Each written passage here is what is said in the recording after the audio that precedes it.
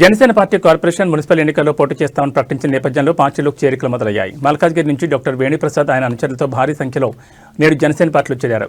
కూకట్పల్లి నియోజకవర్గంలోని పార్టీ కార్యాలయంలో పార్టీ తెలంగాణ రాష్ట్ర అధ్యక్షుడు నేమూరి శంకర్ గౌడ్ కండువాలు కప్పి పార్టీలోకి ఆహ్వానించారు. త్వరలోనే మల్కాజ్గిరిలో మరిన్ని పార్టీలో చేరికలు ఉండబోతున్నాయని ఆయన ప్రకటించారు. ఈసారి మున్సిపల్ మరియు జీహెచ్ఎంసీ ఎన్నికల్లో తప్పనిసరిగా బోని కొట్టే దిశగా ముందుకు వెళ్తామని ఆయన అన్నారు. మున్సిపల్ ఎన్నికలకు సంబంధించి నెల 16వ తేదీ వరకు డెడ్లైన్ ఉండడంతో రిజర్వేషన్లు ఖరారు కాగానే అభ్యర్థులను ప్రకటిస్తామని రాష్ట్ర అధ్యక్షుడు శంకర్ గౌడ్ తెలిపారు. దీంతో పార్టీ నేతల్లో నూతన ఉత్సాహం మొదలైంది. అనంతరం నిర్వహించిన మీడియా సమావేశంలో పార్టీ వైస్ ప్రెసిడెంట్, పార్టీ ప్రచార కార్యదర్శులు మాట్లాడుతూ రాబోయే మున్సిపల్ ఎన్నికలతో పాటు జీహెచ్ఎంసీ ఎన్నికల్లో కూడా జనసేన పార్టీ పోటీకి సిద్ధంగా ఉందని, ఈ మేరకు అన్ని ఏర్పాట్లు చేస్తున్నట్లు వెల్లడించారు జనసేన నేతలు.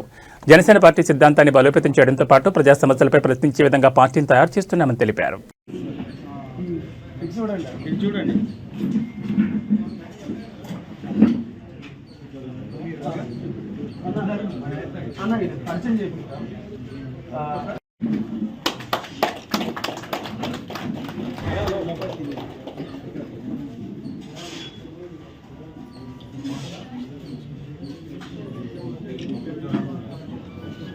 అందరికీ నమస్కారం అండి.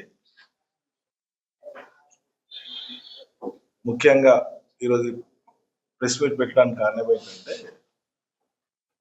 తెలంగాణ రాష్ట్రంలో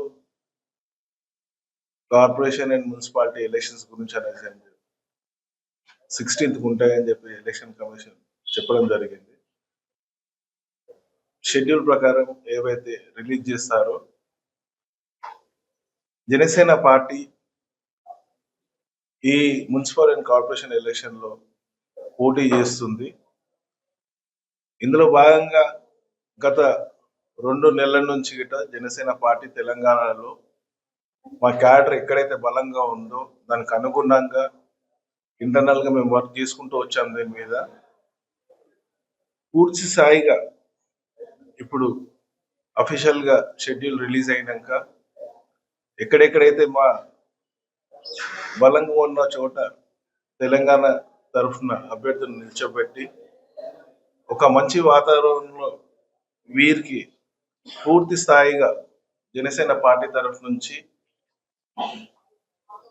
మాక్సిమం ఎన్నైతే ఉన్నాయో సీట్లల్లో అక్కడ వార్డులలో కానీ డివిజన్లలో కానీ పోటీకి నిల్చోబెట్టి జనసేన పార్టీ తరఫు నుంచి ముందుకెళ్లాలని మా అధ్యక్షులు వారు నిర్ణయించారు. దానికి అనుగుణంగా జనసేన పార్టీ తెలంగాణ రాష్ట్ర నాయకత్వం ఈ కార్పొరేషన్ ఈ elections municipality and corporation elections ఏంటంటే, ముఖ్యంగా మాకు ఎక్కడైతే జనసేన పార్టీకి బలంగా ఆల్రెడీ క్యాడర్ ఉంది, దానికి అనుగుణంగా మా ఎవరైతే ఇప్పుడు యువత కొత్త వారు వచ్చే ఈ ప్లాట్ఫామ్ దానికి వాళ్ళకి ఏంటంటే యువతకు ఒక మంచి ప్లాట్ఫామ్ క్రియేట్ చేయాలి రాజకీయ పరంగా ఉద్దేశంతో ఒక లిమిటెడ్, మేము ఈరోజు ఎగ్జాక్ట్ నెంబర్ అయితే చెప్పలేము, కానీ జనసేనకు ఉన్న క్యాడర్ బలంగా ఓవరాల్ గా ఏవైతే 117 మనకు మున్సిపాలిటీలు 6 కార్పొరేషన్స్ ఉన్నాయో ప్రతి చోట మేము ప్రయత్నిస్తాము. ఈ ఆల్రెడీ మేము కొన్ని చోట్ల వర్క్ చేసినాము, ఉన్న చోట దాన్ని బట్టి పోటీ చేస్తాం.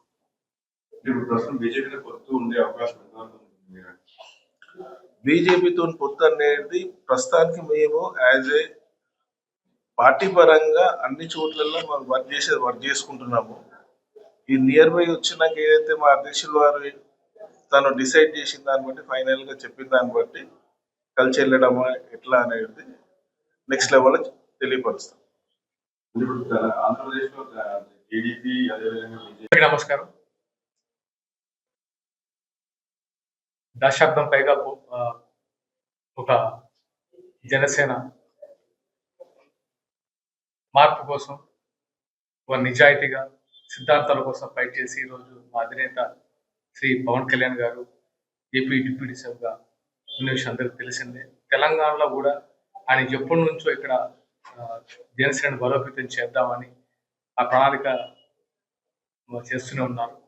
ఇది రైట్ టైం అనిపించింది మాకు, ఎందుకంటే ఎప్పుడెప్పుడు అనుకుంటున్న టైంలో municipal and corporation elections Telangana Janasena బలోపేతానికి, మరియు ఆయన ఎప్పుడు చెప్తుంటారు అధినేత పవన్ కళ్యాణ్ గారు, కొత్త రక్తం రావాలి అంటే ఇప్పుడున్న రాజకీయాలకు ధీటుగా, అంటే ఇప్పుడున్న రాజకీయాల్లో మార్పు అండ్ ఒక నిజాయితీ, పారదర్శకత, ట్రాన్స్పరెన్సీ, ఒక నిబద్ధత ఉండే నాయకులు కావాలని ఎప్పటి నుంచో ఆయన ఫైట్ అది.